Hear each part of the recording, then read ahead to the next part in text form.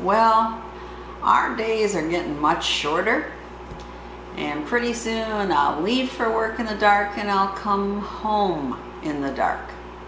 Right now we have about 11 and a half hours of daylight, and when it gets to the most minimal, you know, the winter solstice, the December 21st I believe it is, we will be down to about 6 hours of daylight. Now, for those of you that raise chickens, you know that you need between 12-14 hours of sunlight so your chickens can be productive layers. And something else can affect your laying chickens, and that is molt. Well, look at this one. So if you look at the Easter egger here, you can see definitely molting. Look at the tail area there. And my Isa Brown also looking very fluffy, but she is molting. And I'm sure the others will soon be the same. Now, unfortunately, the shortening of daylight and the molt happens in the fall, early winter, right when you want to do a lot of your baking. And I don't know about you, but I love my home-raised eggs, and I don't want to buy store-bought eggs. So I'm going to share with you how I make sure I have my own eggs all year long. I think you're going to be surprised at the shelf life. According to stilltasty.com, properly stored, eggs will maintain best quality for about 10 to 12 months, but will remain safe beyond that time. The freezer time shown is for best quality only. Eggs that have been kept constantly frozen at 0 degrees will keep indefinitely. So, this is how I'm making sure I have enough eggs for my holiday baking. I have a dozen eggs for my chickens, all beautiful colors. Look at the size of this one. This one is really big. We're going to crack them in here, all 12 of them.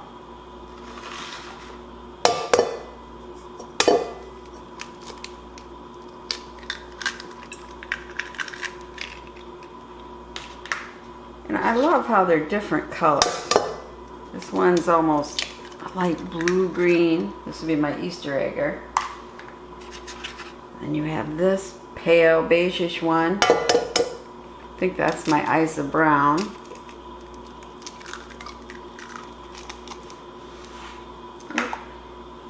Anyway, I'll continue doing this until I'm done. We have all of our eggs in here, and now I'm going to mix them on my KitchenAid, and I'm not going to make you listen to that. So I'll be back when I have them all really mixed up well. This is a 6 muffin cup. You know, it's kind of easy to push the muffins out in. And each of these hold about 1/2 cup, and 1 egg, frozen egg, is equal to 1/4 cup. So each of these should hold about 2 eggs. Now we're just going to spray it real quickly in there. Hopefully it means they can come out a little easier. And now we'll just pour.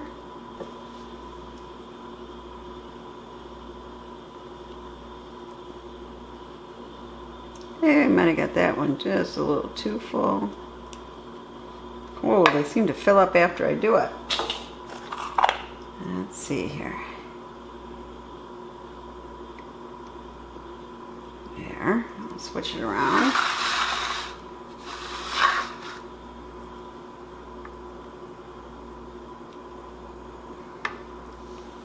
Oops, dragged it just a little there.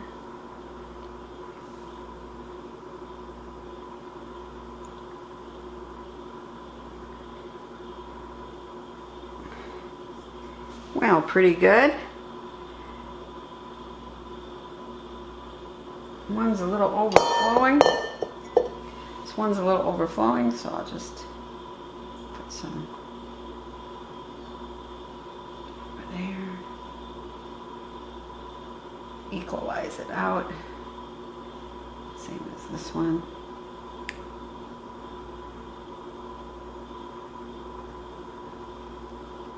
So there we go. And now I'm just going to stick it in the freezer. You want to put it on a tray or something because these are really wobbly and hard not to spill something. So put it on a tray before you put it in your freezer. Now I'm just going to put this over the tray.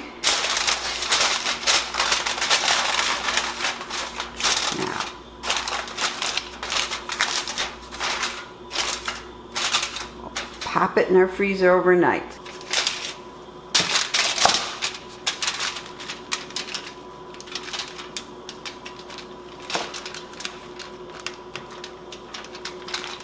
Nice thing about these is you can easily just pull it back, see? Look at that. You got 2 eggs. Doesn't that look nice? Beautiful color. Of course, it's a beautiful color because it's my own eggs. What I mean is home-raised eggs. Like what those chickens eat is a nice, the yolk is a nice orange as opposed to that limpid yellow. Anyway, take all of them out. Here they are vacuumed. They almost look like candles in there, don't they? And then I write on here 1 equals 2 eggs. And I put the date up here, 9, this would work, 20. You always want to label so you know how old something is. Now don't worry, if you don't have a vacuum packer, you can put your frozen eggs into a Ziploc bag. Try to get as much air out as you can and seal it. That will work just fine. Now I'm taking one of the frozen eggs out so I can make up an omelet and show you how well it works. But I'm going to cover this and let it thaw in the refrigerator. I also want to say if you only need 1 egg for a recipe, it's very easy to cut that frozen egg in half, put the other half back in the freezer, and you have what you need. So I'm melting a little butter in the pan, and I'm going to add a bunch of onions. And you might think, wow, that's a lot of onions, but I really enjoy onions, especially in a little butter. So we're going to let these onions cook before we do anything else. Okay, we've started to get that brown, and now I'm just going to pour in. Yeah, this is my frozen egg on frozen.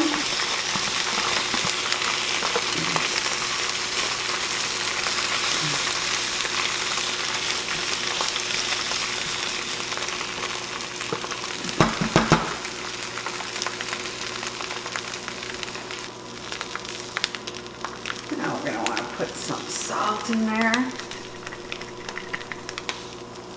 Pepper.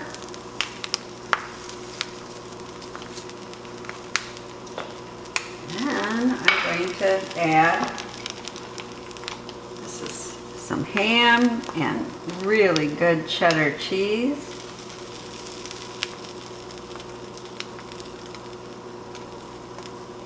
There we go.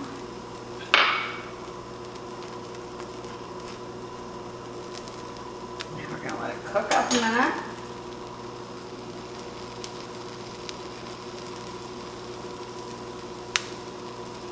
Isn't that a pretty color orange? You can see where it's cooking, it's turning more yellow.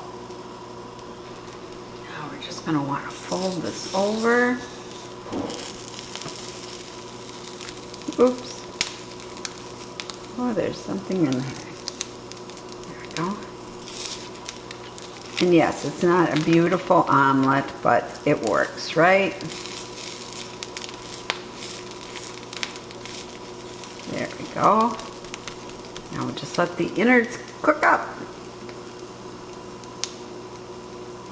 I'll put this in half.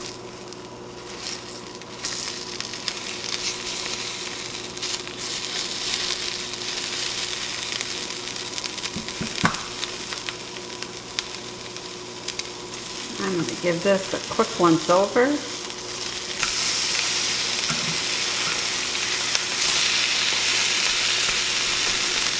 Make sure we have it done in the middle.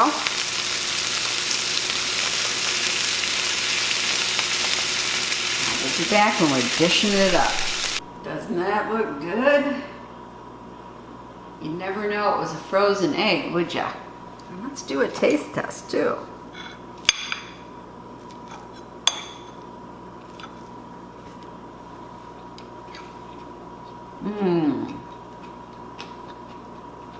Crunchy goodness from my onion. And tastes like eggs. Doesn't have any of that grainy texture sometimes you get with powdered eggs. Gotta have a little more.